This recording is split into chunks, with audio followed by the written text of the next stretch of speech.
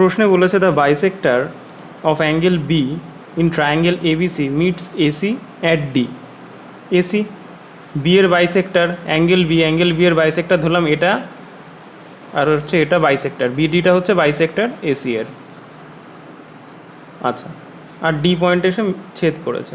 AB 10, AB বলেছে 10, BC বলেছে 11, আর AC বলেছে 14, টোটালটা হচ্ছে 14। আচ্ছা, তাহলে বলেছে ডিসি মানে এই যে লেন্থটা, এইটার ভ্যালু কত হবে সেটা হচ্ছে জানতে চেয়েছে।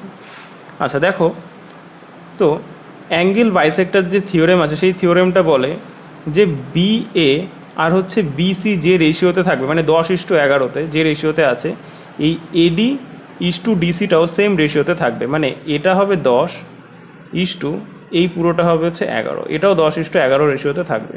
তাহলে এবার খুবই সিম্পল, তাহলে 14কে 10:11 রেশিওতে ব্রেক করে দিলেই হয়ে যাবে। তাহলে ডিসিটা কী হবে? ডিসি ইকুয়ালস টু কত? ডিসি হচ্ছে কত?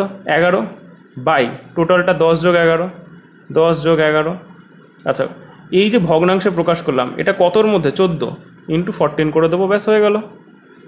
তাহলে 11 বাই হচ্ছে 21 ইন্টু 14।